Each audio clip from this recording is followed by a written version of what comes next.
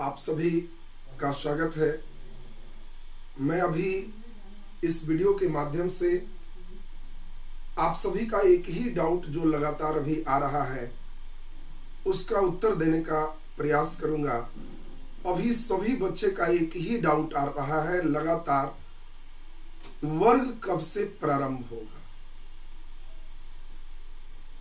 और ये वर्ग बच्चे हमारे पढ़ने को बेताब और हमारे गवर्नमेंट लगातार द्वंद करने को तैयार। स्कूल, कोचिंग, कॉलेज जो कोरोना वायरस के मेन गढ़ माने जाते हैं, जिसके द्वार पर ही कोरोना वायरस स्वागत करता होते हैं, 18 अप्रैल तक बंद है। ये मैं नहीं कह रहा हूं, सरकार के नजर में सबसे प्रमुख यहीं पे है, बाकी कहीं नहीं, बाकी कहीं नहीं है। आप देख सकते हैं हमारे बंगाल चुनाव का ये सीन है। ममता जी चाहे कितनी भीड़ ले लें, अमित शाह जी और मोदी जी के सभाओं में कितनी भी भीड़ हो जाए, हमारे गवर्नमेंट बिहार में भी चुनाव हुआ, नीतीश जी हो चाहे तेजस्वी जी हो, सबकी रैलियों में चाहे जितनी भीड़ हो जाए, कोरोना इससे नहीं फैलता। क्या खोज है, क्या अनुसंधान। और बच्चे किसी भी तरह से अगर क्लास में बैठ के पढ़ेंगे तो कोरोना हो जाएगा। ये विद्यार्थियों के जो मन की व्यथा है, हम शिक्षकों के जो मन की व्यथा है, इस दुख को मैं अपने कविता के माध्यम से बताना चाह रहा हूं। मैं कोई कवि भी नहीं हूं, न ही गायक हूं। वक्त की मार ने मुझे कुछ कविता के लिए प्रेरित कर दिया है और मैं पहली बार अपने चैनल से ये कविता भी कर रहा हूं। उम्मीद करता हूं कि आपका दाद मुझे जरूर प्राप्त होगा। और हमारे कविता का बोल बड़ा सिंपल है। मैंने खुद कविता ये लिखा, ये आपके और मेरे मन की व्यथा है। इस कविता में कविता है, देख तेरे सरकार की हालत क्या हो गई भगवान, कितना बदल गया रे विधान। देख तेरे सरकार की हालत क्या हो गया भगवान, कितना बदल गया रे विधान। मैं भगवान से कह रहा हूं, क्या हालत हो गया, कैसे ये विधान कानून बना दिए। क्या कानून है वो देख लीजिए। आज अभी कहीं हमारे टीचर पढ़ा भी रहे हैं तो छुप छुप के पढ़ा रहे हैं, बंद कर दो गेट, डर डर के पढ़ा रहे हैं, कहीं पुलिस न चलाए, कहीं ये ना हो जाए। बाकी कई जगह नहीं, बंद ही कर दो, लफड़ा क्या लेना है। तो क्या हो गया है ये सुन लीजिए। शिक्षक सभी छुप छुप के पढ़ाते और नेता घूमे जहान, कितना बदल गया है रे विधान। आज सोचिए क्या हो गया। शिक्षक सभी छुप छुप के पढ़ाते और नेता घूमे जहान, ये कितना बदल गया है रे विधान। ये सोचो कैसा नियम हो गया। टीचर आज छिप छिप के पढ़ा रहे हैं। इसकी अगली कड़ी है, मैंने लिखा है, उम्मीद है आपका और दाद मिलेगा इसमें। पढ़ाई सेंटर ही बंद कर देते कैसे मिलेगा ज्ञान। पढ़ाई सेंटर ही बंद कर देते कैसे मिलेगा ज्ञान। हमें कहते ऑनलाइन पढ़ाने और खुद घूमते चुनावी मैदान, कितना बदल गया है रे विधान। केवल शिक्षक विद्यार्थी को करते हैं परेशान। हम तो हैं इस सोच में डूबे, एक बड़ा भयंकर सोच में डूबे हैं। इस पंक्ति पे आपकी और दाद मिलनी चाहिए। आप उम्मीद करते हैं आपसे इस दाद का कि हम किस सोच में डूबे हैं। हम का मतलब आप विद्यार्थी और हम शिक्षक पूरे समाज से। हम तो हैं इस सोच में डूबे, कैसा है तेरा अनुसंधान। कैसा है आपका ये खोज भाई, कैसा खोज वो भी सुन लीजिए। हम तो हैं इस सोच में डूबे, कैसा है तेरा अनुसंधान। क्या अनुसंधान भाई। चुनावी रैली से रोग न फैले, चुनावी रैली से रोग न फैले और स्कूल कॉलेज से फैले सकल जहान। ये खोज है भाई। स्कूल कॉलेज से सब जगह फैल रहा है, ये कौन खोज है भाई। कहीं बड़े बड़े भीड़ में नहीं फैल रहा है। तो ये हमारी जो बोल है उसको लास्ट बार हम लोग सुन लेते हैं। सूरज न बदला, चांद न बदला, न बदला रे आसमान, कितना बदल गया है रे विधान। शिक्षक सभी छुप छुप के पढ़ाते, नेता घूमे जहान, कितना बदल गया है रे विधान। पढ़ाई सेंटर ही बंद कर देते, कैसे मिलेगा ज्ञान, कितना बदल गया है रे विधान। तो मैं अपने इन पंक्तियों से सभी शिक्षक और विद्यार्थी के अंदर के जो दुख था वो हमने सुना दिया। हम उम्मीद करते हैं कि इन बहरी सरकारों के पास आप इसे निरंतर फॉरवर्ड करते हुए उन्हें भी ये सुना देंगे। आपके अंदर ये क्षमता है। हम कलम चलाने वाले लाठी और डंडे पत्थर तो चलाने की सलाह नहीं देंगे, लेकिन आप इसको इतना चलाइए कि सारे लोग के दुख की बात ये निकले कि अगर विधान बनाना है तो सबके लिए बराबर बनाइए। आप तो अशोक से भी बढ़ गए हैं। अशोक अपने पहले अभिलेख में लिखा कि सारी प्रजा मेरी संतान है, सारे प्रजा मेरे संतान हैं। ये बहुत अच्छी बात कहे। सभी राजा को उसी तरह पिता पुत्रवत राज भी करना चाहिए। आप भी वही सोच रहे हैं। कभी शिक्षा मंत्री जी का भी मैं सुना स्टेटमेंट कि बच्चे को मैं रिस्क में रखना नहीं चाहता, इसीलिए बंद है। अच्छी बात, मुझे बहुत खुशी। लेकिन क्या कोई खोज में ऐसा मिला है कि विद्यालय से ही ये फैलेगा? अगर आपको विद्यालय बंद कर देने से क्या अगले दिन इसके केस में कमी आती है? अरे प्रयोग और परीक्षण तो होना ही चाहिए। अगर विद्यालय बंद कर देने से 8 दिन इसमें कमी आती है तो मैं कहता हूं 20 दिन बंद करें।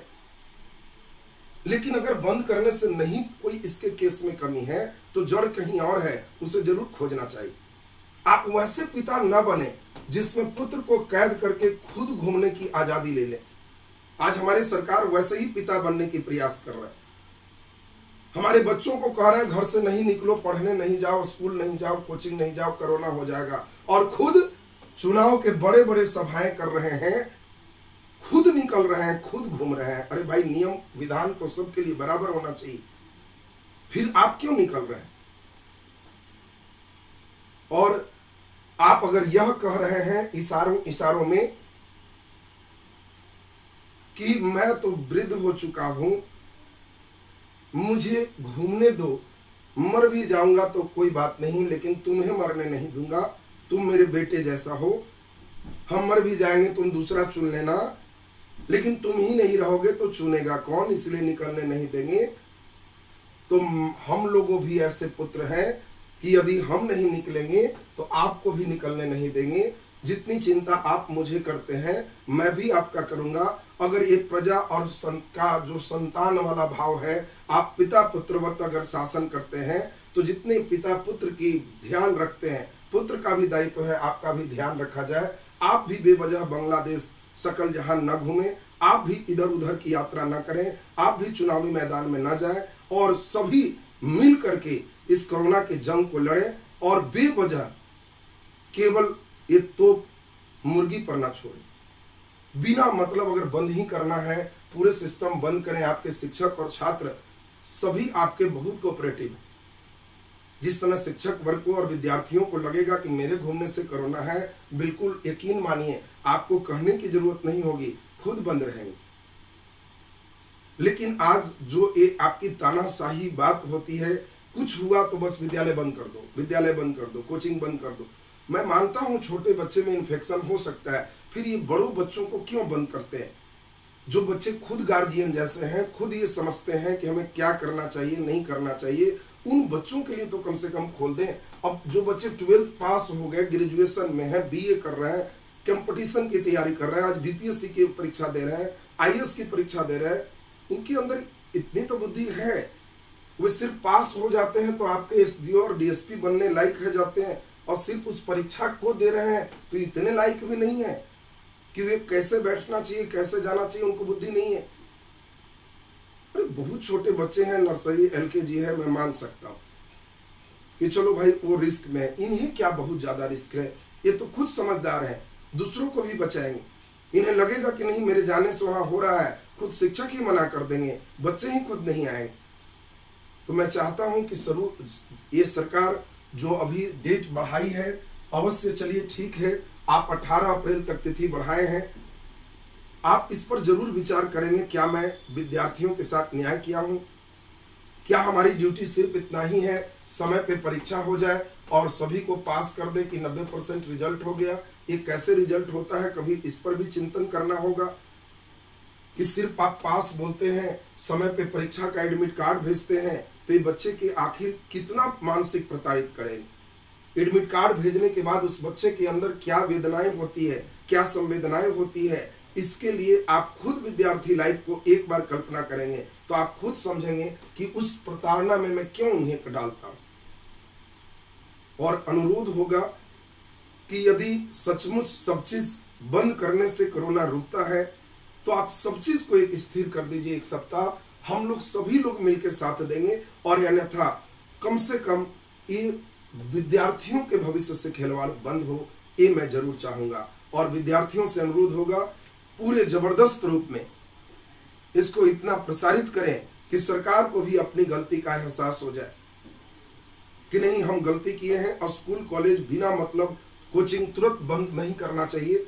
हाँ, वैसे कुछ केसेस मिले जिस खास जगह पे मिलते हैं, खुद वो कोचिंग स्कूल वाला अपने बंद कर लेंगे कि हाँ 10 दिन है, या सरकार सिर्फ और सिर्फ प्रोत्साहन की भूमिका में रहे, आकाश धर्मा बने चल रहे हैं, उसमें कहाँ जरूरत है वहां रहे, न कि हर जगह पे एकदम पूरे दबाव भूमिका में रहे कि कहाँ कहाँ इसको रोक दे। ये विद्यार्थी की जो मेधा और प्रतिभा है उसे निखरने दें, उसे उठने दें, उसे दबा करके नीचे रखने का प्रयास न करें, ये मेरा अनुरोध होगा। और 18 अप्रैल तक अभी हमारा भी ऑफलाइन क्लासेस बंद होगा। हम उम्मीद करते हैं कि ये वीडियो के माध्यम से ये उम्मीद कर रहे हैं कि 19 अप्रैल से हम पुनः सभी विद्यार्थियों से ऑफलाइन क्लास में जो थे मिल पाएंगे। एक शिक्षक और विद्यार्थियों का प्रेम जो क्लासरूम का है, पढ़ाने का है, केवल ऑनलाइन से वो नहीं हो सकता। वो मुस्कुराहट, वो हंसना, वो बच्चों की प्रश्न, बीच का वो एक कमेंट्स जिसपे सबका हंसना, वो ऑनलाइन में कहा। ऑनलाइन मैं भी क्लास देता हूँ, लाइव में सभी बच्चे रहते हैं, लेकिन ऑफलाइन के क्लास से जो ऑनलाइन देते उसका आनंद ही कुछ और होता। एक बंद कमरे में, एक स्टूडियो में, एक काल्पनिक रूप से विद्यार्थियों से जुड़ना थोड़े कष्टदायी तो होते हैं, वो नेचुरल अनुभव नहीं हो पाता, वो नेचुरल क्लास नहीं हो पाता। तो मैं अनुरोध करूंगा कि 19 तारीख से कम सभी को सीनियर विंग से ही फिर से चले। नर्सरी एलकेजी को कुछ दिन तक बंद भी रखते हैं, दिक्कत नहीं है, 1 क्लास से उसको चलने दे, और सभी लोग अधिक से अधिक अब फिर से पूर्ववत स्थिति में लौटे, न कि फिर वही हो जाए जैसा 2020 में हुआ। देखते देखते 18 अप्रैल से 30 अप्रैल और 30 अप्रैल से फिर मई, और फिर गर्मी छुट्टी के बाद तो जुलाई, जून में तो गर्मी छुट्टी हो जाती है। अगर आपकी अंदर नियत में ऐसा ही है तो ये भी साफ साफ कह दीजिए कि मुझे अब अगस्त में ही खोलना है, जुलाई में ही खोलना है, या अगले साल ही खोलना है। कम से कम हम शिक्षक वर्ग जो रेंट दे रहे हैं वो खाली कर लें। जो विद्यार्थी बेचारे कमरे में अपना कीमती जो पिताजी का धन वो किराए में बर्बाद कर रहे हैं, वे भी अपने गांव वापस चले जाएं और किराए के पैसे से ही एक मोबाइल और इंटरनेट से जुड़ जाए, और ऑनलाइन क्लास से ही हम लोग संचालित होते रहेंगे। लेकिन वो भी साफ साफ कह दीजिए कि निगल लेना है कि उगल देना है, न निगलने में बने न उगलने में बने, ऐसा नहीं छोड़िए। ये सरकार से मैं जरूर अनुरोध करूंगा। चलिए, बहुत बहुत धन्यवाद और आभार सभी का।